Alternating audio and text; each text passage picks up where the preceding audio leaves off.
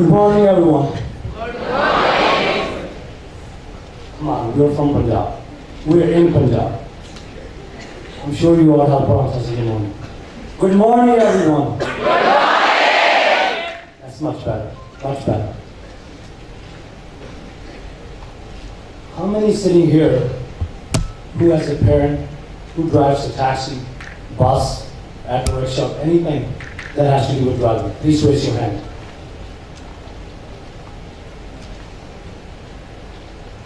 No one? Well, my father drives a taxi, and I'm very proud of it. I'm not even supposed to be here. I really don't think I should be here. I have worked hard jobs to succeed. I should be driving a taxi in New York.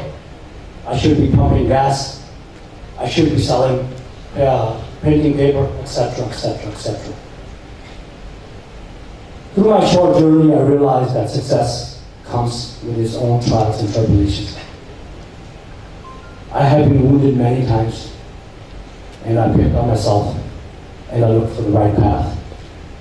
I inspired my own self that there's no one else who's going to pave my way other than me.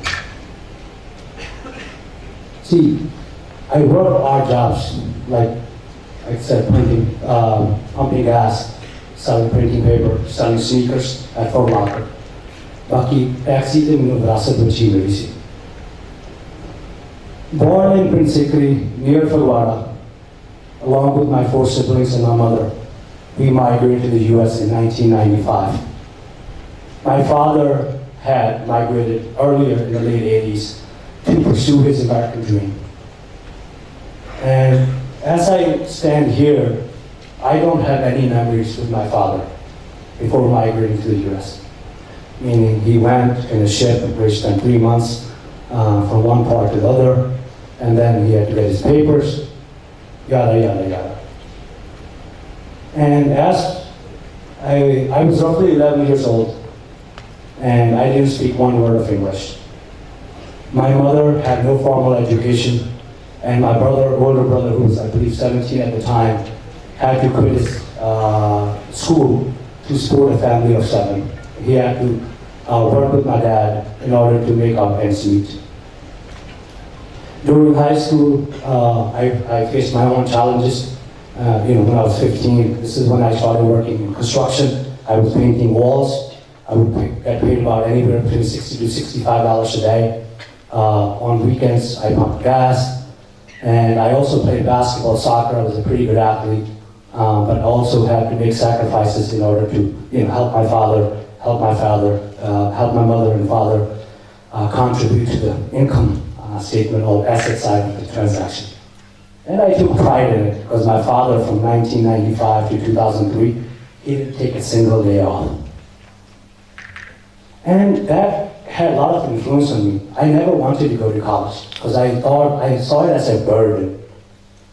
That why spend money on getting an education when I could start working at 18 and help my father retire early. But my sister, we had a genius in the family as well. She's a hematologist and oncologist. She wrote my college essays and filled out my college applications so I can go to school. Without knowing, I started receiving letters, and ultimately I had to go to school. I had no choice.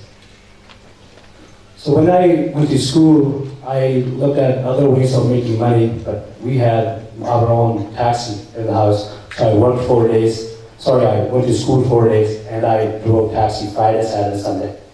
I picked up very successful executives. I picked up, actresses. I picked up unsuccessful people like me who were struggling to find their way.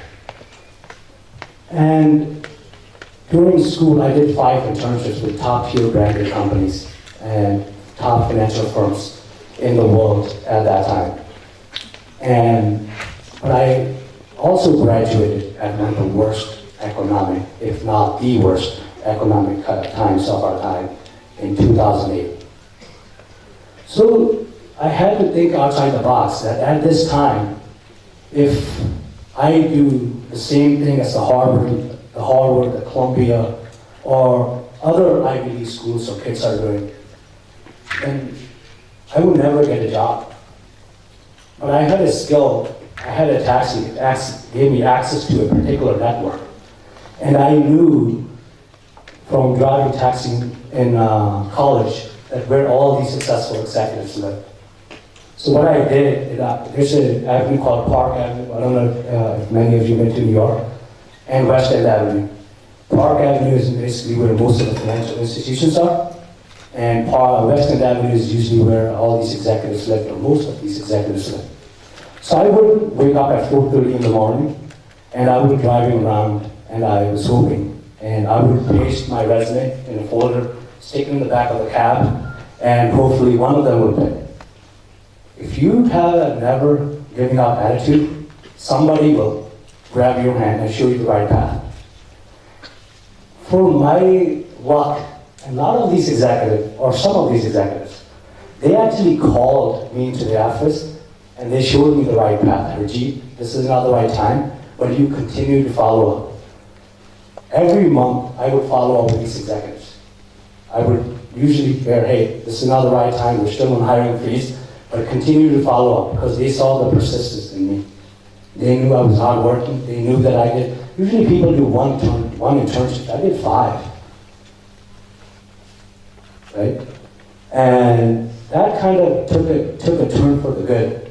I could give you one unsuccessful story and one successful story where I started my career in Wall Street.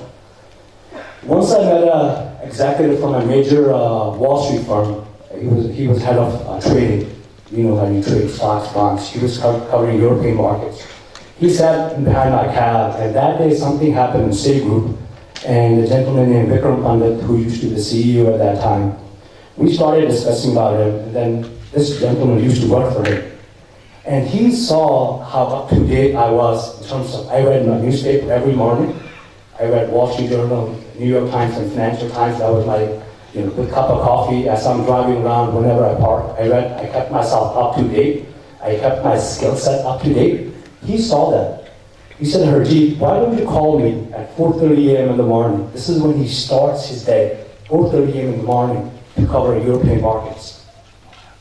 So that's what I did. He said, Harjit, can you come to our office next week? And I did. I went to his office. He spoke to me about 45 minutes. He asked me, Harjit, I'm really impressed by your background. I really think you have a can-do attitude, and you don't consider any task too small. And that actually, in terms of driving a taxi, that kind of gave me another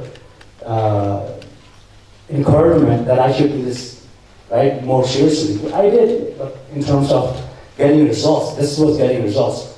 Then he introduced me to the HR. Within a month and a half, I interviewed the company 4 times. If I would have applied on the formal website, I would have never gotten that interview. I was competing against somebody from Harvard, somebody from Columbia, or NYU. But I landed that interview because I was driving a taxi. But unfortunately, that particular institution was on a hiring freeze, and that never worked out. But I think a month or 2 later, I picked up another successful healthcare executive. He was starting his own private equity fund. He sat behind my cab, and he was checking his phone, and all of a sudden he saw my resume. He started scanning it, and I could see him in the rearview mirror. And he politely said, "Impressive resume." I said, "Thank you." I said, "What do you do?" He said, "Look, I used to be a very successful, I was a partner in a very successful private equity fund. Now I want to start my own $500 million fund where I want to make investment into these different classes of biotech companies or early stage companies." So I became a little excited. I said, "Do you have any analyst or associate opportunity?" He looked at me, he said, "Yes, we do." Then he asked me, "Can you walk me through my resume?" And I walked my profile. And he said, "Have you interviewed anywhere?" I said, "I interviewed at hundreds of places. But unfortunately, I really can't put that I'm driving a taxi for the last 1 year. There's a gap on my resume. And second, it's a hiring freeze." So we get to his location on 34th and Park. I still remember this. And he's still a good friend. asked me to lower my window, and he gave me his business card. He's next week, come to my office. And ultimately, this gentleman offered me a job in his company. So this is how my life started on Wall Street. There are 3 lessons that I learned, and I want to share that with you. 1, no one gives you that opportunity. Nobody will ever come to your door, knock on your door, saying, come sir, come work for me. You have to go and find that opportunity and hit it like you're hitting a lost ball 6. That's the closest cricket analogy I could come to. And 2, never ever give up. So many people say that 99% of people fail because they give up too easily. You want to separate yourself from there. And 3, you have to be persistent. You can't tell others about when you haven't succeeded. If you are persistent, the other person will look, this guy is following up, I should give him 10 or 20 minutes of my time at least. I think those are the 3 lessons. And last, be thankful, be grateful. Because when you're cribbing about something that you don't have, right, you're only putting yourself down. But when you have shukrana, or you're thanking people on an everyday basis, and you're thankful to God, I think you put yourself in a totally different class. Thank you, and that's my story. Thank you. Thank you.